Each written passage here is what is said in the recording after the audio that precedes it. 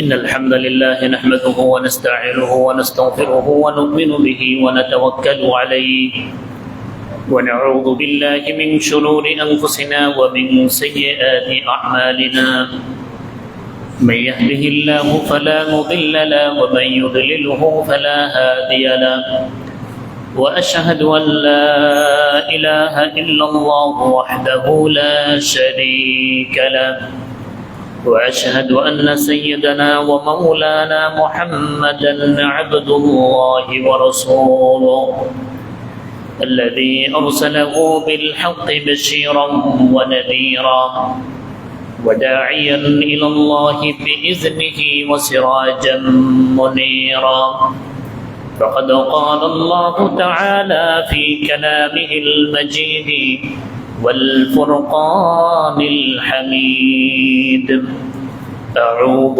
بالله من الشيطان الرجيم إن الله وملائكته يصلون على النبي يا أيها الذين آمنوا صلوا عليه وسلموا تسليما اللهم صل على محمد وعلى آل محمد كما صليت على إبراهيم وعلى آل إبراهيم إنك حميد مجيد اللهم بارك على محمد وعلى آل محمد كما باركت على إبراهيم وعلى آل إبراهيم إنك حميد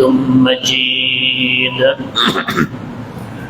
معزز محترم حضرات علماء کرام উপস্থিত মুসল্লিয়ান کرام আল্লাহ সুবহানাহু ওয়া তাআলা দরবারে অসংখ্য অগণিত শুকর আদায় করছি যে আল্লাহ তাআলা জুমার সালাত আদায়ের উদ্দেশ্যে আল্লাহর ঘর মসজিদে উপস্থিত হওয়ার সুযোগ দিয়েছেন, তৌফিক দিয়েছেন। সে মনিবের দরবারে অন্তরের অন্তঃস্থল থেকে শুকর আদায় করছি আলহামদুলিল্লাহ। অসংখ্য অগণিত দুরূদ ও সালাম মানবতার মুক্তির দূত সাইয়্যিদুল মুরসালিন খাতামুন নবিয়্যিন শফিউল মুজনিবিন জনাবে মুহাম্মদুর রাসূলুল্লাহ সাল্লাল্লাহু আলাইহি ওয়াসাল্লামের প্রতি। সম্মানিত উপস্থিতি, আমরা আম্বিয়া আলাইহিমুস সালাতু ওয়াস সালামদের জীবন নিয়ে ধারাবাহিক কথা বলছিলাম। নবীদের 25 জন নবীর নাম ধরে কোরআনে কারিমে আল্লাহ তাআলা তাদের জীবনী উপস্থাপন করেছেন। তাদের বিষয়ে আমাদের জন্য শিক্ষণীয় বিভিন্ন তথ্য উপাত্ত আল্লাহ তাআলা দিয়েছেন, সংবাদ দিয়েছেন। এর মধ্যে কিছু কিছু নবীদের জীবনী আল্লাহ তাআলা বিশদ লম্বা আলোচনা করেছেন, কিছু নবীর জীবনী আল্লাহ তাআলা সংক্ষিপ্ত আকারে আলোচনা করেছেন। যেই নবীদের জীবনী আল্লাহ তাআলা কোরআনে বেশি আলোচনা করেছেন, যাদের কথা কোরআনে বেশি এসেছে, এদের একজন হচ্ছে আদম আলাইহিস সালাতু ওয়াস সালাম, আরেকজন হচ্ছে নূহ আলাইহিস সালাম, আরেকজন নবী হচ্ছেন ইব্রাহিম আলাইহিস সালাতু ওয়াস সালাম, আরেকজন হচ্ছেন মূসা আলাইহিস সালাতু ওয়াস সালাম, ঈসা আলাইহিস সালাতু ওয়াস সালাম। আর পুরো কোরআনটাই তো আল্লাহ তাআলা মুহাম্মদুর রাসূলুল্লাহ সাল্লাল্লাহু আলাইহি ওয়াসাল্লামকে উদ্দেশ্য করে নাযিল করেছেন। হাজিরিন, সমস্ত নবীদের মধ্যে আল্লাহ তাআলা নবীরা নবুয়তের দৃষ্টিকোণ থেকে সকল নবী সমান, কিন্তু মর্যাদা এবং সম্মানের তারতম্য আল্লাহ তাআলা নবীদের মধ্যে করেছেন। আল্লাহ তাআলা বলেছেন, তিলকার রাসূলু ফাদ্দালনা বা'দাহুম আলা বা'দ। নবী রাসূলদের মধ্যে আমি আল্লাহ তাআলা কিছু কিছু নবীদের উপরে কিছু কিছুর মর্যাদাকে আমি আল্লাহ তাআলা বৃদ্ধি করেছি। এই নবীদের মধ্যে সবচেয়ে সম্মানিত পয়গম্বর নবী রয়েছেন 5 জন। কয়জন বলেন? সবাই বলি কয়জন? 5 জন। এদেরকে কোরআনের ভাষায় বলা হয় উলুল আজমি মিনার রাসূল। এই 5 জন নবীর নাম, একজন হচ্ছেন নূহ আলাইহিস সালাতু ওয়াস সালাম, আরেকজন হচ্ছেন মূসা আলাইহিস সালাতু ওয়াস সালাম, আরেকজন হচ্ছেন ইব্রাহিম আলাইহিস সালাতু ওয়াস সালাম, আরেকজন হচ্ছেন ঈসা আলাইহিস সালাতু ওয়াস সালাম, পঞ্চম নম্বর হয়েছে মুহাম্মদুর রাসূলুল্লাহ সাল্লাল্লাহু আলাইহি ওয়াসাল্লাম। এই 5 জনের মধ্যে আবার ইব্রাহিম আলাইহিস সালাতু ওয়াস সালামের মর্যাদা হচ্ছে মুহাম্মদুর রাসূলুল্লাহর পরেই। সুবহানাল্লাহ বলবেন না? পুরো কোরআনে আল্লাহ সুবহানাহু ওয়া তাআলা যাদের জীবনী, যাদের ঘটনা সবচেয়ে বেশি উল্লেখ করেছেন, ইব্রাহিম, মুসা তাদের অন্যতম। মুসা আলাইহিস সালাতু ওয়াস সালামের কাহিনী পুরো কোরআনের মধ্যে মুসা মুসা মুসা, ইব্রাহিম ইব্রাহিম ইব্রাহিম সমানে এসেছে। তো যাদের জীবনী কোরআনে বেশি এসেছে তাদের জীবনী আমাদের লম্বা আলোচনা হবে, যাদের জীবনী সংক্ষিপ্ত আকারে এসেছে তাদের আলোচনা সংক্ষিপ্ত হবে। আজকে আমরা খুব সংক্ষিপ্ত ভাবে 3 জন নবীর জীবনী শুনবো। কয়জন বলেন? সবাই একটু কথা বলেন, কয়জন? 3 জন নবীর জীবনী শুনবো। এর মধ্যে একজন নবীর নাম হচ্ছে ইদ্রিস আলাইহিস সালাম, বলবেন না? আলাইহিস সালাম। হুদ আলাইহিস সালাম। আরেকজন হচ্ছেন সালেহ আলাইহিস সালাম। এই 3 জন পয়গম্বরের সংক্ষিপ্ত বিবরণ আমরা শুনবো। আল্লাহ সুবহানাহু ওয়া তাআলা আমাদেরকে শোনার, বোঝার এবং তাদের জীবনী থেকে শিক্ষা নেওয়ার তৌফিক দান করুন, বলে আমিন। ইদ্রিস আলাইহিস সালাতু ওয়াস সালাম, তিনি নূহ আলাইহিস সালাতু ওয়াস সালামের আগে পৃথিবীতে এসেছেন না নূহ আলাইহিস সালামের পরে এসেছেন? ঐতিহাসিকদের মধ্যে এই বিষয় নিয়ে বিশদ লম্বা একাডেমিক আলোচনা রয়েছে। যে আলোচনা এর মধ্যে যেটি আমার কাছে দলিলের আলোকে, ইতিহাসের দৃষ্টিকোণ থেকে বেশি যৌক্তিক মনে হয়েছে, সেটি হচ্ছে নূহ আলাইহিস সালামের পরে তিনি এসেছেন। ইদ্রিস আলাইহিস সালাতু ওয়াস সালামের কথা কোরআনে কারীমের সূরা মারইয়ামে আল্লাহ তাআলা এভাবে উল্লেখ করেছেন: ইব্রাহিম, ইসমাঈল, ইসহাক, ইয়াকুব, হারুন, মুসা, জাকারিয়া, ইয়াহইয়া, ঈসা, ইদ্রিস। এদের নাম নেওয়ার পরে আল্লাহ তাআলা বলেছেন ওয়া মিম্মান হাদাইনা ওয়াজতাবাইনা। এরা এমন ব্যক্তি যাদের নাম আমি আল্লাহ তাআলা নিয়েছিলাম, এদের সবাইকে আমি আল্লাহ তাআলা হেদায়েতের উপরে তাদেরকে অটল রেখেছিলাম। সুবহানাল্লাহ। ওয়াজতাবাইনা, আমি আল্লাহ তাআলা এদেরকে নির্বাচন করেছি। নবী কি কেউ দাবি করে হতে পারে? কেউ কি নবুয়ত দাবি করতে পারে? নবী সিলেক্টেড না ইলেক্টেড? কে সিলেক্ট করেন? আল্লাহ সুবহানাহু ওয়া তাআলা। নবুয়ত কি আল্লাহ তাআলার একটি বিশেষ নিয়ামত, আল্লাহ তাআলার বিশেষ দান। তো আল্লাহ সুবহানাহু ওয়া তাআলা এইসব নবীদের নাম বলার পরে বলেছেন আমি তাদেরকে হেদায়েতের উপরে রেখেছি, তাদেরকে নির্বাচন করেছি। তাদের সবার একটা সাধারণ গুণ ছিল, ইজা তুতলা আলাইহিম আয়াতুর রহমান খররু সুজদান ওয়া বুকিয়া। এসব নবীদের একটা গুণাগুণ ছিল, একটি বৈশিষ্ট্য ছিল, আল্লাহর আয়াত যখন তাদের সামনে, আল্লাহর কিতাব যখন তাদের সামনে উপস্থাপন করা হয়, আল্লাহর কিতাব যখন তাদের সামনে পেশ করা হয়, খররু সুজদান ওয়া বুকিয়া, এরা কাঁদতে কাঁদতে অস্থির হয়ে সিজদায় লুটিয়ে পড়তেন। সুবহানাল্লাহ। সালাতের মধ্যে ক্রন্দন করা, সালাতের মধ্যে কাঁদার চেষ্টা করা, এটি নবীদের সুন্নাহ। কাদের সুন্নাহ? কাঁদতে কাঁদতে সিজদায় চলে যাওয়া, সালাতের মধ্যে কান্না আসার ভান ধরা, কান্না না আসলেও কান্নার চেষ্টা করা। কোন আয়াতগুলি তিলাওয়াত করব? কোরআন তো খুলি না, কোরআন পড়ি না। কোরআনের কিছু কিছু আয়াত এমন রয়েছে যে আয়াতগুলো তিলাওয়াত করলে অটোমেটিক চোখের পানি আসে। সে আয়াতগুলো চিহ্নিত করে সেগুলো মুখস্থ করে সালাতের মধ্যে তেলাওয়াত করার অভ্যাস করা। সালাতের মনোযোগ আসে না। মনোযোগ না আসার একটি অন্যতম কারণ হচ্ছে আমরা সালাতের মধ্যে সব সময় এক স্টাইলের সূরা পড়ি। সূরা ফাতিহা, সূরা ফাতিহার পরে শুরু করে দিই আলাম দ্বারা, অটোমেটিক মুখে আসে। এরপরে কুল হুয়াল্লাহ। আলাম তারা, কুল হুয়াল্লাহ সমস্যা না, কিন্তু আলাম তারাতে সেখানেও আল্লাহ তাআলা একটা সম্প্রদায়কে যে ধ্বংস করেছেন তার বিবরণ দিয়েছেন, কিন্তু আমরা সেটা বুঝে পড়ি না। সূরাতুল ইখলাস, এটি তো এমন সূরা যেই সূরার ব্যাপারে বলা হয়েছে তা'দিলু সুলুসাল কোরআন, কোরআনের 1/3 মর্মার্থ বাণী আল্লাহ তাআলা এই একটি সূরার ভিতরে দিয়েছেন। সুবহানাল্লাহ।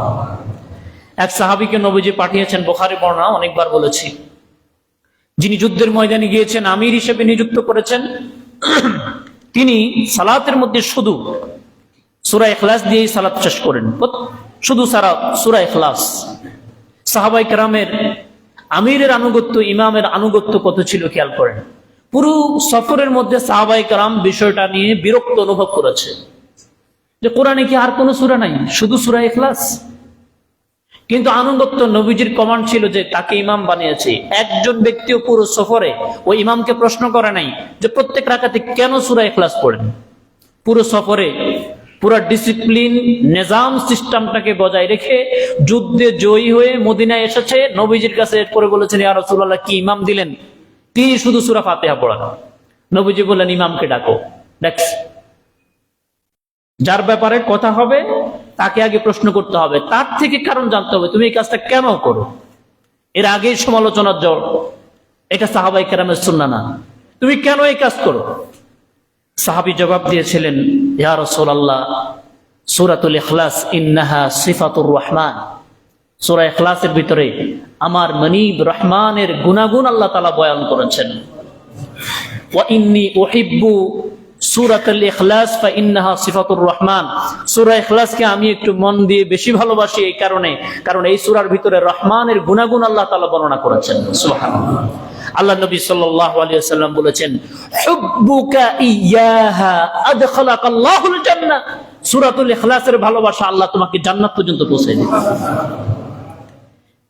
আমরা সূরা ইখলাস পড়ি রহমানের ভালোবাসায় না, আমরা সূরা ইখলাস পড়ি সালাত কিভাবে সংক্ষিপ্ত করা যায়, তাড়াতাড়ি নামাজ শেষ করার জন্য কুল হুয়াল্লাহ দিয়ে। সূরা ইখলাসকে পড়বো রহমানের ভালোবাসা নিয়ে। রাজি আছি ইনশাআল্লাহ? আল্লাহ কবুল করুন, বলি আমিন। সমস্ত নবীদের বৈশিষ্ট্য ছিল, এইসব নবীদের জীবনী আলোচনা করে আল্লাহ তাআলা বলেছেন তাদের সাধারণ বৈশিষ্ট্য হচ্ছে, ইজা তুতলা আলাইহিম আয়াতুর রহমান খাররু সুজদান ওয়া বুকিয়া, রহমানের আয়াত তাদের সামনে তেলাওয়াত করলে তারা অস্থির হয়ে কাঁদতে কাঁদতে সিজদায় লুটিয়ে পড়তেন। ইদ্রিস তাদের একজন।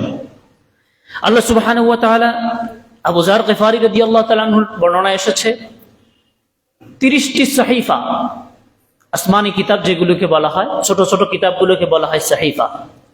30টি সাহিফা আল্লাহ সুবহানাহু ওয়া তাআলা এই ইদ্রিস নবীর উপরে আল্লাহ তাআলা নাযিল করেছেন। সুবহানাল্লাহ। ইমাম শামসুদ্দিন যাহাবী রাহিমাহুল্লাহ তিনি বলেছেন, সিয়ারু আ'লামিন নুবালা, বিশ্ববিখ্যাত সিয়ারের কিতাব, সে কিতাবে তিনি লিখেছেন, উল্লেখ করেছেন, মানব জীবনের, মানব সভ্যতার যত সভ্যতা রয়েছে সমস্ত সভ্যতা ওহীর মাধ্যমে নবীদের দ্বারা আল্লাহ তাআলা কোনো না কোনো ভাবে সূচনা করেছেন। সুবহানাল্লাহ। এই পৃথিবীতে যত সভ্যতা আছে, যত বিজ্ঞানের যত আবিষ্কার আছে, সমস্ত আবিষ্কার আল্লাহ সুবহানাহু ওয়া তাআলা শুরু করেছেন ওহীর মাধ্যমে, নবীদের মাধ্যমে। ইদ্রিস আলাইহিস সালাতু ওয়াস সালাম, ইদ্রিস শব্দটা আরবি দারাসা ইয়াদরিসু, মুদাররিস, ইদ্রিস, আদরাসা ইউদরিসু, ইদ্রিস শিক্ষা দেওয়া, পাঠদান করা, যিনি শিক্ষা দেন, সেই জায়গা থেকে ইদ্রিস নবীর নামকে ইদ্রিস রাখা হয়েছে। তিনি ইদ্রিস, তিনি শেখাতেন মানব জাতিকে, তিনি ওহীর বাণী শেখাতেন।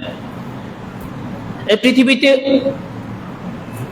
অঙ্ক বিজ্ঞান, জ্যোতির্বিজ্ঞান এবং কলমের সাহায্যে লিখন পদ্ধতির সূচনা আল্লাহ সুবহানাহু ওয়া তাআলা ইদ্রিস নবীর মাধ্যমে সূচনা করেছেন। সুবহানাল্লাহ।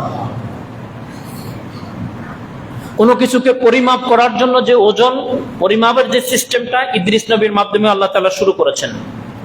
লোহা আল্লাহ তাআলা নাজিল করেছেন, লোহা কিন্তু আল্লাহ তাআলা বলছেন ওয়া আনজালনাল হাদীদ, লোহা নাজিল করেছেন। ইদ্রিস আলাইহিস সালাতু ওয়াস সালাম তিনি হচ্ছেন পৃথিবীর প্রথম মানব যিনি লোহার মাধ্যমে অস্ত্র তৈরি করে, তিনি কাবিল গোত্রের বিরুদ্ধে যুদ্ধ করে তিনি আল্লাহ তাআলার হুকুমে তিনি জয়ী হয়েছেন। সুবহানাল্লাহ। ইমাম কুরতুবী তাফসীরে কুরতুবীর মধ্যে এই ঘটনাগুলো উল্লেখ করেছেন। ইদ্রিস আলাইহিস সালাতু ওয়াস সালাম, আল্লাহ সুবহানাহু ওয়া তাআলা তার ব্যাপারে কোরআনে খুব সংক্ষিপ্ত কিছু কথা এসেছে। ইদ্রিস আলাইহিস সালাতু ওয়াস সালামের পরে আল্লাহ সুবহানাহু ওয়া তাআলা পৃথিবীতে প্রেরণ করেছেন নবী হুদ আলাইহিস সালাতু ওয়াস সালাম। নাম কি বলেন? হুদ আলাইহিস সালাতু ওয়াস সালাম।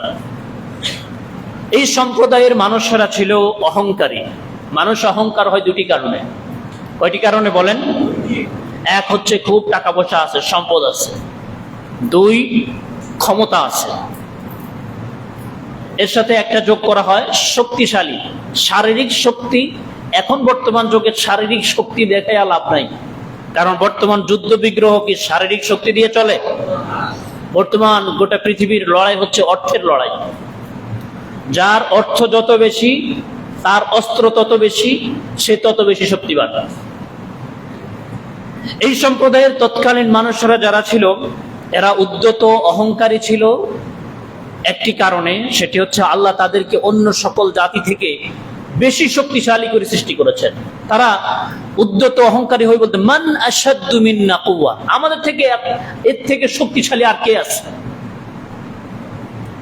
এই দুর্দর্শ আদ জাতির প্রতি আল্লাহ তাআলা প্রেরণ করেছেন নবী হুদ আলাইহিস সালাতু ওয়াস সালাম। হুদ আলাইহিস সালামকে আল্লাহ তাআলা যে সম্প্রদায়ের কাছে প্রেরণ করেছেন, সেই সম্প্রদায়ের সে কওমের নাম কি? আদ। বলেন বলেন, নাম কি? আদ সম্প্রদায়।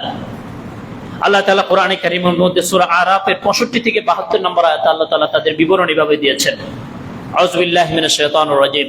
ওয়া ইলা আদিন আখাহুম হুদান ক্বালা ইয়া কওমি ইবুদুল্লাহ মা লাকুম মিন ইলাহিন গায়রুহু আফালা তাত্তাকুন। আল্লাহ তাআলা বলেছেন, হুদ জাতির নিকট তাদের ভাই, আল্লাহর ভাষাগুলো দেখেন, তাদের ভাই হুদকে আমি তাদের কাছে প্রেরণ করেছি। কাল, হুদ তার সম্প্রদায়ের কাছে দাওয়াত দিচ্ছে। কিসের দাওয়াত দিচ্ছে? ঈমানের দাওয়াত। কিসের দাওয়াত? সবাই বলে কিসের দাওয়াত দিয়েছে? ঈমানের দাওয়াত।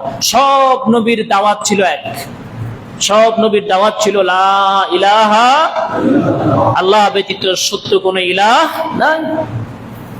হুদ আলাইহিস সালাম বললেন, হে আমার সম্প্রদায়, ইয়া কওমি ইবুদুল্লাহ মা লাকুম মিন ইলাহিন গায়রুহু, আল্লাহকে বাদ দিয়ে তোমরা অন্য কারো ইবাদত করো না। আফালা তাত্তাকুন, তোমরা কি আল্লাহকে ভয় করবে না? নূহ আলাইহিস সালাতু ওয়াস সালামের জাতিকে বেশ কিছু আগে ধ্বংস করা হয়েছে। নূহ আলাইহিস সালামের ঘটনা এই সম্প্রদায়ের মানুষের কাছে এখনো তাজা ঘটনা। তাদেরকে যে ধ্বংস করেছে এই প্রজন্মের মানুষেরা সবাই জানে। কি কারণে ধ্বংস করেছে? শিরকে লিপ্ত হওয়ার কারণে। সেই তাজা ঘটনা থাকার পরেও এই সম্প্রদায়ের মানুষেরা আবার ঠিক একই অপরাধে লিপ্ত হয়েছে। قال الملأ الذين كفروا من قومه, নূহ আলাইহিস সালামের সম্প্রদায়ের মধ্যে নেতৃস্থানীয় কাফের যারা, তারা বলে উঠল, ইন্না লানারাকা ফি সাফাহা, হে হুদ, আমাদের কাছে মনে হয় তুমি একটা নির্বুদ্ধি বোকা, তোমার ভিতরে কোনো জ্ঞান নাই। কারা বলতেছে? কারা বলতেছে? সম্প্রদায়ের কাফের নেতৃস্থানীয়। কাফের যদি হতো আল্লাহ তাআলা বলতেন আল্লাযীনা কাফারু, যারা কাফের তারা বলতো, কিন্তু আল্লাহ তাআলা এখানে বলেছেন ক্বালাল মালাউল্লাযীনা কাফারু। মালা বলা হয় কাফের সম্প্রদায়ের মধ্যে যারা নেতৃস্থানীয় তারা। কাফের সম্প্রদায়ের মধ্যে যারা নেতৃস্থানীয় তারা বলল, হে নূহ, হে হুদ, আমরা তোমার ভিতরের মধ্যে নির্বুদ্ধিতা পাচ্ছি, তোমার কথাগুলোর মধ্যে কোনো ভালো কোনো কথা আমরা পাই না। ওয়া ইন্না লানাযুন্নুকা মিনাল কাযিবিন, আর আমরা নিশ্চিত তুমি একজন মিথ্যাবাদী। নাউযুবিল্লাহ বলবেন না? ক্বালা ইয়া কওমি, হুদ আলাইহিস সালাতু ওয়াস সালাম তিনি বলেছেন, হে আমার সম্প্রদায়, লাইসা বি সাফাহা, আমার ভিতরে নির্বুদ্ধিতা তো কিছুই নাই।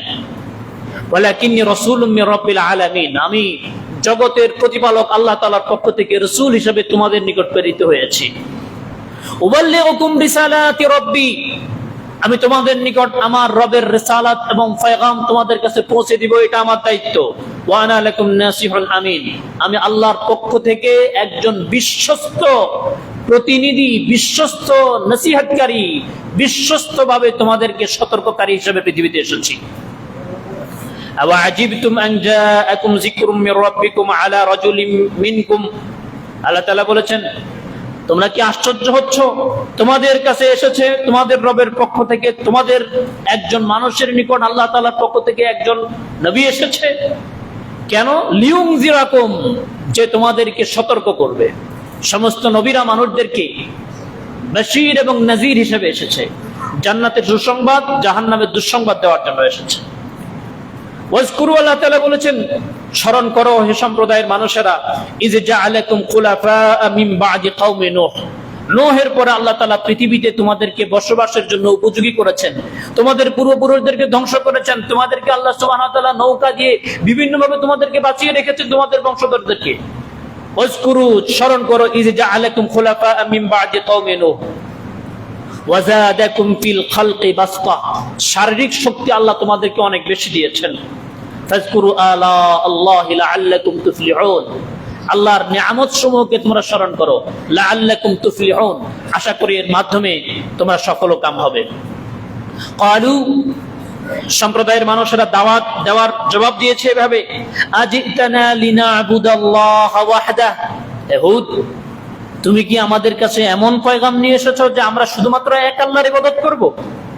ওয়া নাযারু মা কানা ইয়া'বুদু আবা'ানা, আর আমাদের বাপ দাদারা যাদের ইবাদত করছে সব বাদ দিয়ে দিব? খেয়াল করেন, এর আগেও যাদের সব জায়গায় ধ্বংসের মূল কারণ বাপ দাদা।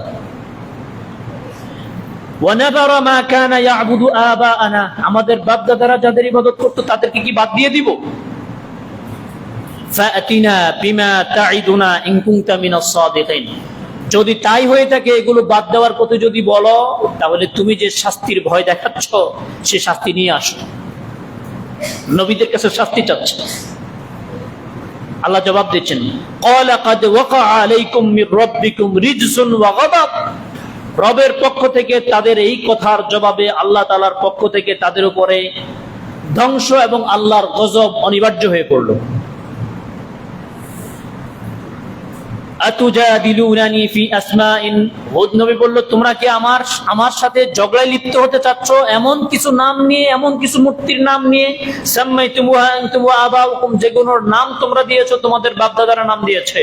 মা আনজালাল্লাহু বিহা মিন সুলতান, আল্লাহ সুবহানাহু ওয়া তাআলা এগুলোর বিষয়ে কোরআনে কোনো দলিল নাজিল করেননি, কোনো দলিল হুজ্জত এগুলোর সপক্ষে নাই।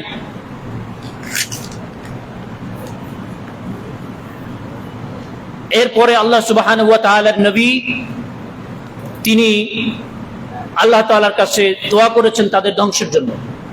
নবীরা ধ্বংসের জন্য ততক্ষণ পর্যন্ত দোয়া করেন না যতক্ষণ পর্যন্ত আল্লাহর পক্ষ থেকে ইঙ্গিত না পান যে এই সম্প্রদায়ের মানুষেরা আর ঈমান আনবে না। যখন তাদেরকে ইঙ্গিত দেওয়া হয়, কোন নবীকে ইলহাম করা হয়, কোন নবীকে ওহী করা হয়। ওহী এবং ইলহামের মধ্যে পার্থক্য হচ্ছে, ওহীর জন্য সরাসরি জিবরিল আসেন, আর ইলহাম হচ্ছে জিবরিল সরাসরি আসেন না, আল্লাহ নবীর অন্তরের মধ্যে সেই কথাটা জানিয়ে দেন, এটাকে বলা হয় ইলহাম।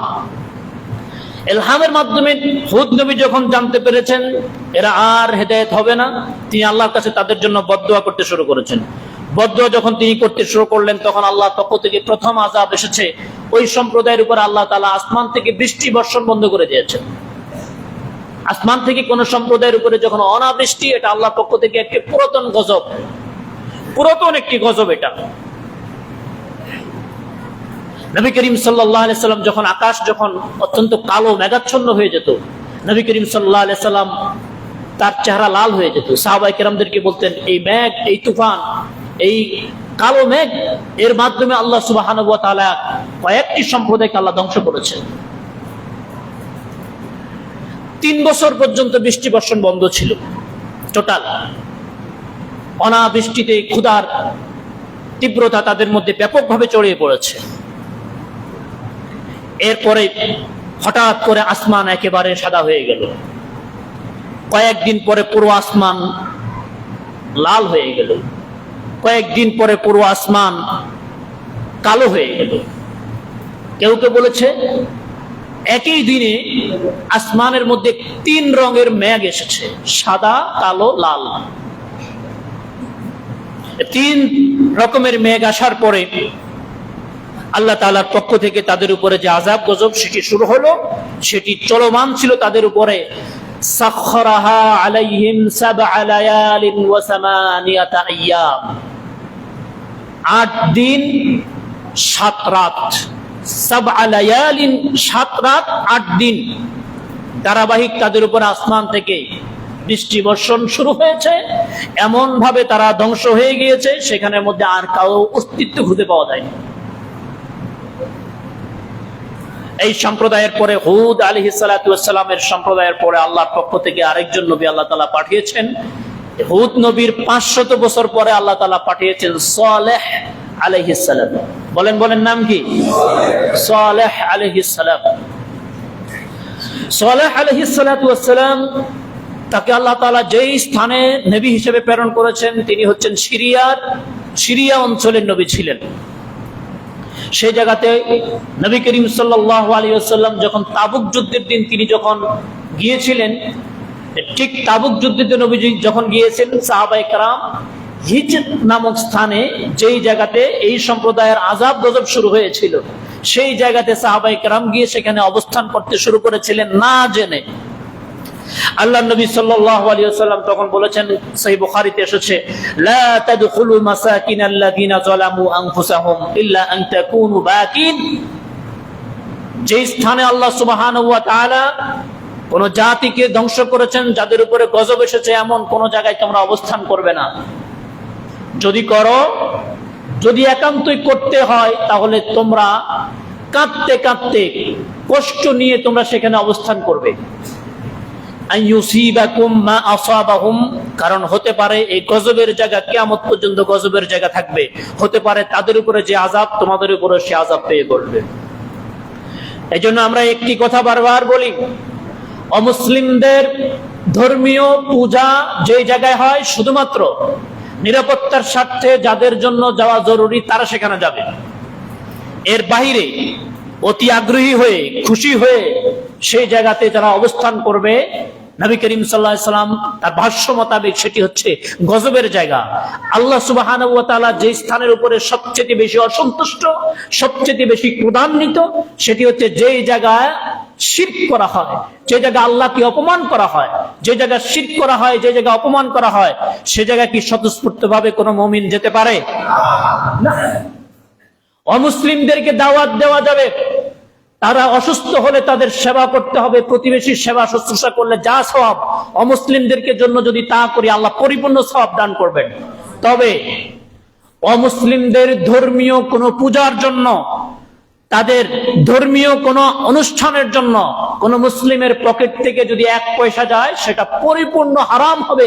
কেউ কেউ বলেছেন সেটা শিরকে গণ্য হবে। হাজিরিন, আপনারা অনেকেই ব্যবসায়ীরা এই প্রশ্নটা প্রায় করে থাকেন। আমি অত্যন্ত বিনয়ের সাথে বলবো, আপনারা তাদেরকে সুন্দরভাবে বুঝিয়ে দিবেন, আমার ধর্মীয় দৃষ্টিকোণ থেকে আমার বাধা আছে। আমি তোমাকে অপমান করছি না, তোমার সাথে আমার কোনো দুশ্মনী নাই, তোমার সাথে আমার কোনো শত্রুতা নাই।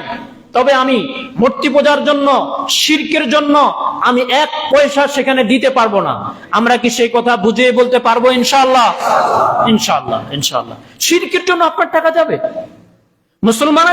মুসলমানের টাকা তো যাবে শিরক ধ্বংস করার জন্য। সেখানের মধ্যে আমি শিরকের জন্য কি আমি সহযোগিতা করতে পারি? আল্লাহ আমাদেরকে বোঝার তৌফিক দান করুন। এই সম্প্রদায়ের মানুষেরা, তাদের প্রতি তিনি দাওয়াত দিয়েছিলেন। সালেহ আলাইহিস সালাতু ওয়াস সালাম, তিনি তাদেরকে দাওয়াত দিয়েছেন। কিসের দাওয়াত দিয়েছেন? সব নবীর দাওয়াত একটাই, ঈমানের দাওয়াত, তাওহীদের দাওয়াত, শিরক করা যাবে না। পুরো কোরআন আপনি খুলে দেখেন, সবার দাওয়াত একটাই, তাওহীদ, তাওহীদ, তাওহীদ। শিরক করা যাবে না, শিরক করা যাবে না। একটি সম্প্রদায়ের পরে আরেক সম্প্রদায়কে, অন্য নবীকে আল্লাহ তাআলা ততদিন পর্যন্ত প্রেরণ করেন না সাধারণত, যতক্ষণ পর্যন্ত তারা মূর্তি পূজায় লিপ্ত না হয়। যখনই মূর্তি পূজা ব্যাপকতা দেখা যায়, আল্লাহ আরেকজন নবীকে পাঠান। হাজিরিন, সালেহ আলাইহিস সালাতু ওয়াস সালাম সম্প্রদায়কে তিনিও তাওহীদের দাওয়াত দিয়েছেন। তাওহীদের দাওয়াত দিয়েছেন। দাওয়াত দেওয়ার এক পর্যায়ে এরাও আগের সম্প্রদায়ের মতো হটকারিতে পড়ল, নবীর উপরে চড়াও হলো। তারা এক পর্যায়ে সম্প্রদায়ের লিডার যারা আছে, তারা একটি বৈঠক করলো যে আর সহ্য করা যাচ্ছে না, কি করতে হবে? যে আমরা গিয়ে তার কাছে গিয়ে, সালের কাছে গিয়ে এমন একটা দাবি করব যেন সালেহ নবী এই কাজটা করতে না পারে। সালেহ নবী কি নিজে নিজে চলেন না তাকে আল্লাহ চালান? নবীরা কি নিজে নিজে চলেন না আল্লাহ চালান? আল্লাহ চালান। তারা গিয়েছে সালেহ আলাইহিস সালামের কাছে, গিয়ে বলছে, এই যে আমরা আপনার কাছে আসলাম, আমাদের পাশে এই যে সরাসরি সামনে যে পাহাড়টা দেখা যাচ্ছে, এই পাহাড়টার নাম ছিল কাতিব পাহাড়। এই কাতিব পাহাড় থেকে 10 মাসের গর্ভবতী একটা উষ্ট্রি এখান থেকে বের করতে হবে। নাউজুবিল্লাহ বলবেন না? কি উদ্ভট দাবি! পাহাড় ভিতর থেকে একটা উষ্ট্রি বের হবে, তাও সেটার 10 মাসের এবং গর্ভবতী। কত উদ্ভট দাবি! এই দাবি করার সাথে সাথে সালেহ আলাইহিস সালাতু ওয়াস সালাম আল্লাহু আকবার সালাতের মধ্যে দাঁড়িয়ে গিয়েছেন। সুবহানাল্লাহ বলবেন না? সালাতে দাঁড়িয়ে গেলেন। সালাতের মধ্যে দাঁড়িয়েছেন, সালাত শেষ করতে না করতেই এই পাহাড়ের ভিতরে কম্পন শুরু হয়ে গেল। পাহাড় নড়তে শুরু করেছে ডানে বামে। হঠাৎ করে পাহাড় দ্বিখণ্ডিত হয়ে পাহাড় থেকে 10 মাসের গর্ভবতী একটা উষ্টি বের হয়ে গেছে। সুবহানাল্লাহ। উষ্টি বের হয়েছে। উষ্টি বের হওয়ার পরে আল্লাহর পক্ষ থেকে এবার ঘোষণা এসেছে, হাযিহি নাকাতুল্লাহি লাকুম। জেনে রাখো, পৃথিবীর সব উষ্টি আর এই উষ্টি এক নয়। হাযিহি নাকাতুল্লাহ, এটা আল্লাহর পক্ষ থেকে আল্লাহর প্রেরিত একটা বিশেষ উট।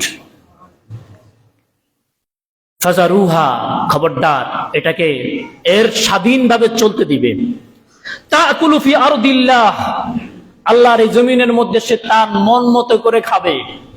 ওয়ালা তামাসসুহা বিসুইন ফায়াখুযাকুম আযাবুন করিব, অসৎ উদ্দেশ্যে যদি কেউ এই উষ্টিকে স্পর্শ করো তাহলে আল্লাহর আযাব আসতে দেরি হবে না। আল্লাহ ঘোষণা করেছেন আল্লাহর পক্ষ থেকে তাদের জন্য, যেহেতু তোমরা চেয়েছো যে কোনো উদ্ভট দাবির বিপরীত, আল্লাহর পক্ষ থেকে তাদের জন্য আইনটা কঠিন হয়ে যাবে। তারা একটা নির্দিষ্ট কূপ থেকে পানি পান করত। আল্লাহর পক্ষ থেকে এবার আইন হয়েছে, লাহা শিরবুন ওয়া লাকুম শিরবু ইয়াউমিন মা'লুম। এই উষ্টিটা একদিন পানি পান করবে এই কূপ থেকে। যেদিন এই উষ্টি পানি পান করবে সেদিন ওই কূপ থেকে কেউ পানি সংগ্রহ করতে পারবে না। আর একদিন উষ্টি পান করবে, আরেকদিন তোমরা সেই কূপ থেকে যা ইচ্ছা তাই পানি পান করতে পারবে। আল্লাহর পক্ষ থেকে বলা হয়েছে। তারা প্রথম কয়েকদিন ঠিক নিয়ম মেনে চলেছে। এরপরে তাদের মধ্যে অসুস্থতা দিয়েছে, একটা উষ্টির কাছে গোটা জাতি জিম্মি থাকবে, হতে পারে না। এই উষ্টিকে হত্যা করার জন্য তারা সিদ্ধান্ত গ্রহণ করলো। বলুন নাউযুবিল্লাহ। এই উষ্টিকে হত্যা করার জন্য যখন তারা সিদ্ধান্ত গ্রহণ করলো, হত্যা করার জন্য কোরআনে কারীমের সূরাতুশ শামসের শেষের দিকে আল্লাহ তাআলা বলেছেন, قد أفلح من زكاها وقد خاب من دساها كذبت ثمود بطغواها إذ انبعث أشقاها। তারা সম্প্রদায়ের মধ্যে সবচেয়ে হতভাগা নিকৃষ্ট যে মানুষ, এই মানুষটাকে রাজি করাইছে সে এই উষ্টিকে হত্যা করবে। فقال لهم رسول الله ناقة الله وسقياها। সালেহ আলাইহিস সালাতু ওয়াস সালাম যখন আল্লাহর এই উষ্টিকে তারা হত্যা করার জন্য সিদ্ধান্ত গ্রহণ করেছে, নবী ভয় পেয়ে গেলেন যে আল্লাহ তাদের উপরে যে কি আযাব আসবে, আমি তো আশ্চর্য হচ্ছি। তিনি বললেন, নাকাতুল্লাহ, এটা আল্লাহর উষ্টি, তোমরা এটাকে অন্য কোনো উষ্টির মতো মনে করবে না, এটা আল্লাহর উষ্টি। فقال لهم رسول الله ناقة الله وسقياها فكذبوه فعقروها। সম্প্রদায়ের নিকৃষ্ট এই দুটি মানুষ গিয়ে এই উষ্টির পা কেটে উষ্টিকে হত্যা করলো। নাউযুবিল্লাহি মিন যালিক। উষ্টিকে হত্যা করার পরে এবার তারা সিদ্ধান্ত গ্রহণ করলো আল্লাহর পক্ষ থেকে আযাব। কেউ কেউ বুঝে ফেলেছে, পূর্বের ইতিহাস জানা, যে এখন আমাদের উপরে আযাব আসবে, কারণ আমাদের সিদ্ধান্ত ক্রমে এই ঘটনা ঘটেছে। যখন এই ঘটনা ঘটলো তখন এবার কেউ কেউ বলেছে, আমরা যেহেতু শেষ হব তার আগে আমরা সালেহ আলাইহিস সালামকে শেষ করে আমরা নিজেরা শেষ হব। তারা সালেহ আলাইহিস সালামকে হত্যা করার সিদ্ধান্ত গ্রহণ করলো। এদিক থেকে তারা সিদ্ধান্ত গ্রহণ করেছে, আল্লাহ সুবহানাহু ওয়া তাআলা সালেহ আলাইহিস সালামের উপরে ওহী নাযিল করেছেন, আপনি মক্কায় চলে আসেন। সালেহ আলাইহিস সালাম তার সাথে যে কয়েকজন গুটি কতক মুসলমান হয়েছে, ইসলাম ধর্ম গ্রহণ করেছে, তাদেরকে নিয়ে সালেহ আলাইহিস সালাতু ওয়াস সালাম মক্কায় চলে আসেন এবং মক্কায় শেষ জীবন কাটিয়ে মক্কাতেই সালেহ আলাইহিস সালাতু ওয়াস সালাম মৃত্যুবরণ করেছেন। সুবহানাল্লাহ। হাজিরিন, সব কথার শেষ কথা যেটি, সেটি হচ্ছে কোরআনে আল্লাহ সুবহানাহু ওয়া তাআলা নবীদের যে জীবনীগুলো বলেছেন, এগুলো আমাদের জন্য শিক্ষা, যে আমাদের দ্বারা এই ধরনের কোনো ঘটনা ঘটে কিনা এটি আমাদের জন্য সবসময় খেয়াল রাখা। আল্লাহর বিধান, ওই উষ্টিটা যেরকম আল্লাহর আয়াত নিদর্শন ছিল, পুরো কোরআনটা কার পক্ষ থেকে এসেছে?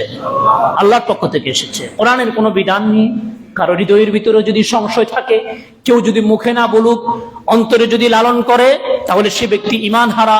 ওয়া ইন সামা ওয়া সাল্লা, যদি সে নামাজ পড়ে, রোজা রাখে, হজ করে, যাকাত দেয়, সবকিছু করে। হাজরিন, আমাদের হজ শুরু হবে কিছুদিন পরেই। আমাদের অনেক মানুষের উপরে হজ ফরজ হয়ে আছে। হজ কাদের উপরে ফরজ? যার উপরে যেই বছর হজ ফরজ, ওই বছর তিনি হজ করার সিদ্ধান্ত গ্রহণ করবেন। যেই বছর হজ ফরজ ওই বছর। যারা হজ করেছেন তাদের থেকে অভিজ্ঞতা নেবেন যে উমরা করে এসে আমাদের অনেকে হাঁপায়ে যাচ্ছে। আর কোথায় উমরা, কোথায় হজ? উমরা করে এসে হাঁপায়ে যাচ্ছে যে কঠিন। উমরা কি কঠিন? উমরাতে কঠিন হচ্ছে শুধুমাত্র 5 ওয়াক্ত সালাতে আসা যাওয়া করা। একটু যে রুমগুলো সাধারণত আমাদের দেশে মানুষ থাকে সাধারণত 1 কিলোমিটার, তো 5 ওয়াক্ত নামাজ যদি আসা যাওয়া করে কয় কিলোমিটার? 10। যদি এক তাওয়াফ করে, এক তাওয়াফ মানে 7 চক্করে এক তাওয়াফ, নিচতলায় তাওয়াফ করতে দেয় না, যদি উপরে তাওয়াফ করে তাহলে 7 চক্করে 7 ঘোরায়, এখানে কমপক্ষে 5 কিলোমিটার। কত হইলো? 10 5 15। আচ্ছা, আমরা কি 15 কিলোমিটার হাঁটতে অভ্যস্ত? কি কথা বলেন, অভ্যস্ত? এই জন্য উমরা করে এসে বলে যে বিশাল একটা কাজ করে ফেলছে, হাঁপাই গেছে। আর হজের সফরে যারা হজ করেছেন, হজের সময় এই তীব্র এই গরমের মধ্যে 30 কিলোমিটারের মতো পথ হাঁটতে হয়, 30 কিলোমিটারের পথ।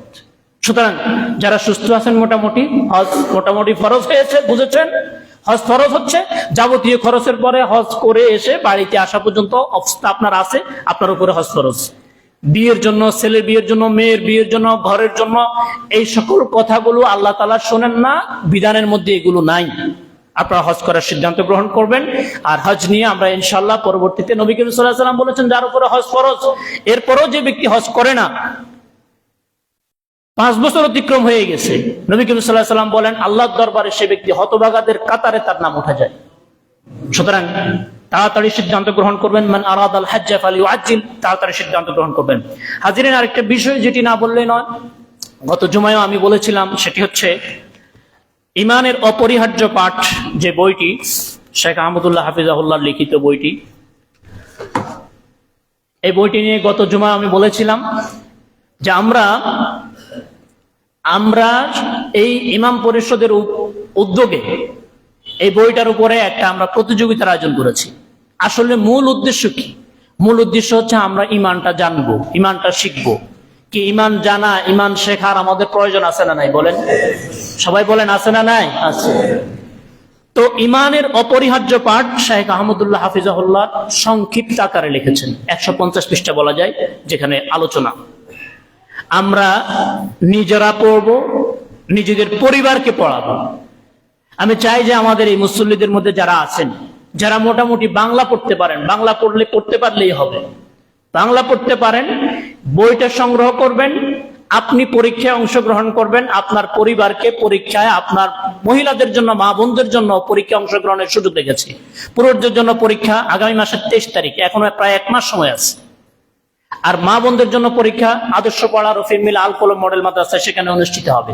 উদ্দেশ্য হচ্ছে ভাইরা যে আমরা ইমানটা শিখব এবং ইমানি আলোকে, আমাদের সাহাবায়ে কেরাম বলতেন কুন্না নাতাআল্লামুল ঈমান ক্বাবলা আন নাতাআল্লামাল কুরআন, আমরা ইমান শিখতাম আগে, সবার আগে আমরা ইমান শিখতাম। তো সেই হিসেবে আমরা ইমান শেখার জন্য আমরা এই বইটা সংগ্রহ করব। নামাজের পরে এখানে যেমন বই রেখেছি, পাশাপাশি হচ্ছে আমাদের মসজিদের খাদেম, ওনার যে মসজিদের সামনে ওনার আতরের দোকান, ওখানের মধ্যে আমি বই রেখেছি। বইটার বিক্রয় মূল্য 200 টাকা এবং রেজিস্ট্রেশন ফি 100 টাকা। আমরা আশা করি যে ইনশাআল্লাহ আমরা এই প্রতিযোগিতায় অংশগ্রহণ করব। আল্লাহ সুবহানাহু ওয়া তাআলা আমাদেরকে বুঝার এবং আমল করার তৌফিক দান করুন। আরেকটি